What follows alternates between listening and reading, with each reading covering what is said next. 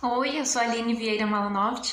Vou apresentar meu artigo Impedimentos ao casamento entre parentes, sed non multum.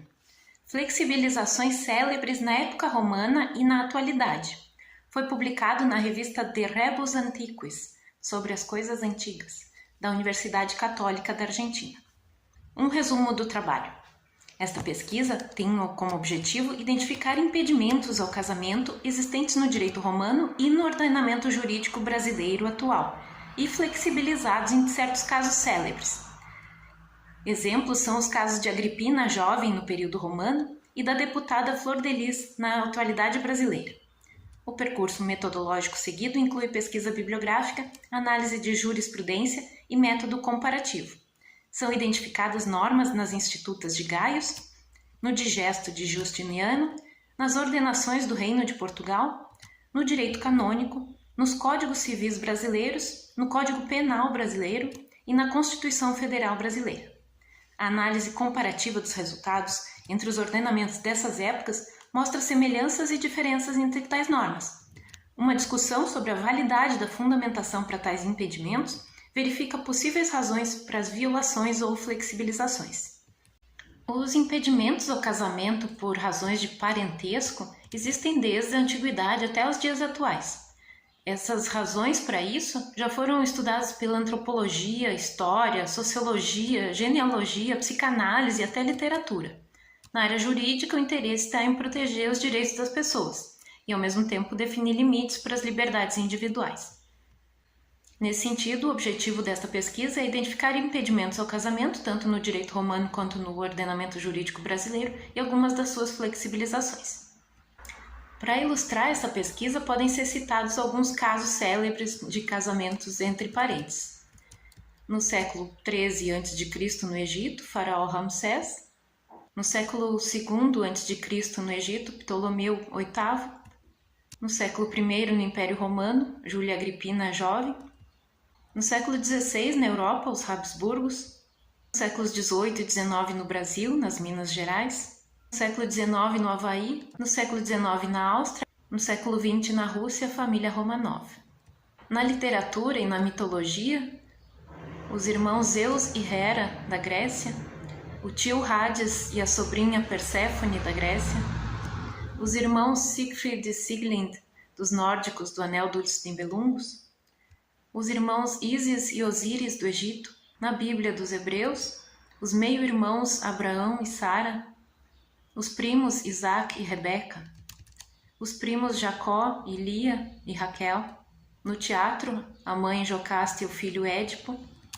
Os cunhados Cláudios e Gertrude, na peça Hamlet. Na literatura fantástica ou de realismo fantástico, os casamentos da família Buendia, em 100 Anos de Solidão, de Gabriel Garcia Marques. Os casamentos entre irmãos na família Targaryen, em Fogo e Sangue, de George Martin. Os irmãos Túrin e Nienor, nos Filhos de Húrin, de John Tolkien. A história do direito quer saber como funcionava um ordenamento jurídico do passado, e para isso precisa conhecer muitos aspectos do contexto desse ordenamento. A respeito da antiguidade, Fustel de Coulanges, em A Cidade Antiga, percebe o fundamento predominantemente religioso da maioria das ações das pessoas e das famílias. O pesquisador defende que a religião explica muito do comportamento social daquela época, inclusive os próprios casamentos entre parentes. Nas fontes do direito daquela época, por exemplo, nas Institutas de Gaius, existe no comentário primeiro as regras para o casamento entre parentes. É lícito casar com a filha de meu irmão, o que passou a ser uso depois que o divino Cláudio se casou com Agripina, filha de seu irmão. Percebe-se aí nas lições de Gaius que as normas tiveram mudanças ao longo do tempo. Assim, identifica-se que as explicações para essas regras dependem do contexto de cada época. Nessa evolução de costumes e normas, um caso historicamente célebre de casamento entre parentes foi citado por Gaius e por Moreira Alves, e foi comentado por Suetônio na Vida dos Imperadores. Nesse contexto social e histórico mutável, percebe-se que os costumes e os interesses da classe política podem influenciar as leis. Aparentemente foi o que ocorreu na época romana. Na história do direito brasileiro, no Brasil colônia, houve impedimentos legais para casamentos entre parentes, estabelecidos nas ordenações do Reino de Portugal, que basearam essas regras nas regras do direito canônico. Entretanto, o contexto social da época teve suas circunstâncias, que levaram a própria Igreja a adaptar suas normas. Os impedimentos inicialmente rígidos foram então abrandados. No Brasil República do século XX, o Código Civil de 1916 previu diversos impedimentos para casamento entre parentes.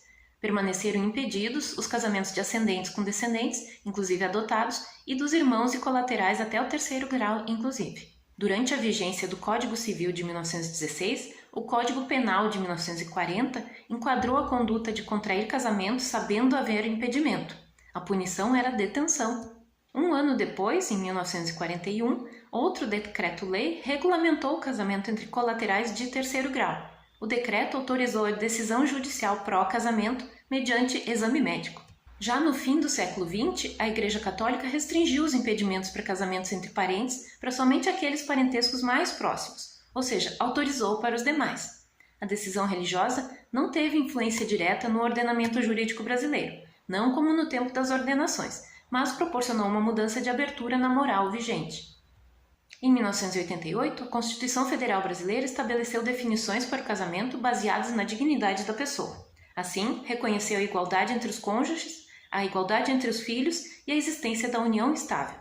Já no século XXI, e no mesmo sentido, o Código Civil de 2002 estabeleceu os impedimentos para casamento entre parentes nas mesmas hipóteses elencadas pelo Código Civil lá de 1916. Também regulamentou a união estável, estabelecendo para ela os mesmos impedimentos que os do casamento em relação aos parentes. Tanto os impedimentos para casamento quanto os impedimentos para a união estável foram estabelecidos sob pena de nulidade. Entretanto, são reconhecidos os efeitos dos casamentos nulos ou anuláveis, caso tenham sido contraídos de boa-fé por pelo menos um dos nubentes dos noivos, os chamados casamentos putativos. Mais recentemente, tendo em consideração a discussão doutrinária a respeito da recepção ou não daquele decreto-lei de 1941 sobre os casamentos avunculares de tio e sobrinha, tia e sobrinho, as jornadas de direito civil fizeram um enunciado a respeito. Em 2015, consolidou-se um entendimento jurisprudencial sobre a mitigação do impedimento para esses casamentos em decisão do Superior Tribunal de Justiça. Nos anos mais recentes, jornais estrangeiros divulgaram notícias de casamentos entre parentes que acabaram virando casos de polícia e serviram como mote para reflexões jurídicas. Casal recém-casado descobriu suas origens familiares vindo a saber tratarem-se de avô e neta. Uma americana e sua filha estão enfrentando acusações de incesto após as autoridades descobrirem que as duas se casaram. Um casal foi preso quando tentou formalizar sua união, já que o noivo é pai biológico da noiva. Casamento entre primos era uma prática comum nas sociedades ocidentais e agora o Oriente Médio e a África registram o maior número de casos no mundo.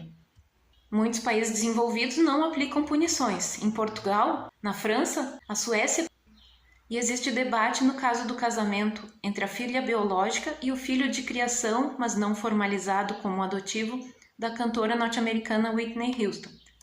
Também no Brasil são encontrados casamentos entre parentes desde a época colonial. Destaca-se um município conhecido como a Terra dos Primos Casados. Também pode ser citado um caso brasileiro de enredo rocambolesco e bem comentado por juristas, além de um projeto de lei de texto ambíguo para regulamentação de famílias. Esses casos reais brasileiros, assim como os casos estrangeiros, suscitam ampla discussão envolvendo as hipóteses de impedimento estabelecidas em lei décadas atrás. Nesse sentido, vale comentar uma decisão reconhecendo união estável avuncular e outra que reconhece a ocorrência de casamento entre padrasto e enteada. A mudança nos costumes se desenvolve gradativamente e o direito é instado a dar respostas à sociedade. Essas respostas devem considerar a evolução da sociedade e dos seus valores. Fazendo agora uma análise comparativa entre como era no ordenamento jurídico romano e o ordenamento jurídico brasileiro atual, entre as semelhanças há a nulidade do casamento contraído nessas condições. Também há o impedimento entre ascendentes e descendentes de qualquer grau, pais e filhos, netos e avós, bisavós, trisavós. São as uniões parentais ascendentes, tanto por adoção no parentesco civil quanto biológico no parentesco consanguíneo. Também há uma semelhança à vedação de uniões fraternas para irmãos, tanto por parte de pai, quanto por parte de mãe, quanto por parte dos dois juntos, tanto biológicos quanto adotivos. É uma semelhança. O casamento em sogradio também é impedido, é uma semelhança. Sogra, nora, enteada, madrasta Nos dois ordenamentos, tanto o romano quanto o brasileiro atual, vale tanto para a constância do casamento quanto para depois dele terminar. Sogra para sempre.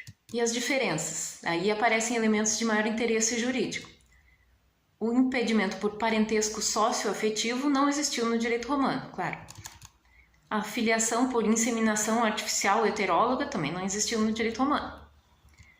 A supressão do impedimento de casamento entre irmãos adotivos, quando da emancipação de um ou de ambos os irmãos, isso só existiu no direito romano. O reconhecimento dos efeitos do casamento nulo ou anulável até a data da sua anulação não existiu no direito romano. Entre as semelhanças e diferenças também tem uma situação que pode ser considerada ao mesmo tempo uma semelhança e uma diferença. É o caso do casamento avuncular, aquele ocorrido entre tio e sobrinha, ou tia e sobrinho, que são parentes colaterais em terceiro grau. No direito romano, esse impedimento existiu até que o imperador Cláudio derrubou para se casar com a sua sobrinha Agripina jovem. No direito brasileiro, um decreto-lei, que é uma lei especial hoje em dia de 1941, derrubou esse impedimento, autorizando decisão judicial mediante exame médico. A autorização brasileira valeria também para qualquer combinação de tio-sobrinha, tia-sobrinho, por parte de mãe ou por parte de pai. Mas em Roma, a autorização foi exclusiva para o tio e a sobrinha filha do irmão, mas não para a sobrinha filha da irmã, nem para sobrinho e a tia materna, nem para sobrinho e tia paterna. Bem exclusivo. Como se percebe por essa análise comparativa, historicamente já existiam os impedimentos no mundo jurídico. Como se percebe também, já existiam as suas violações ou flexibilizações no mundo dos fatos.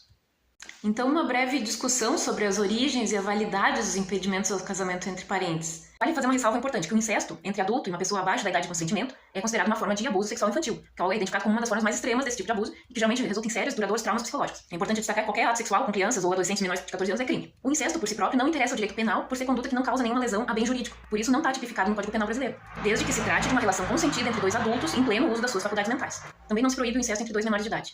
No Brasil, se ascendente e descendente maior de 14 anos vivem livremente uma relação incestuosa, crime não se configura. É tipificado como crime apenas o casamento entre pessoas que sabem do parentesco, mas se casam omitindo esse fato, ou se um deles sabe disso e induz o outro a erro, omitindo o parentesco.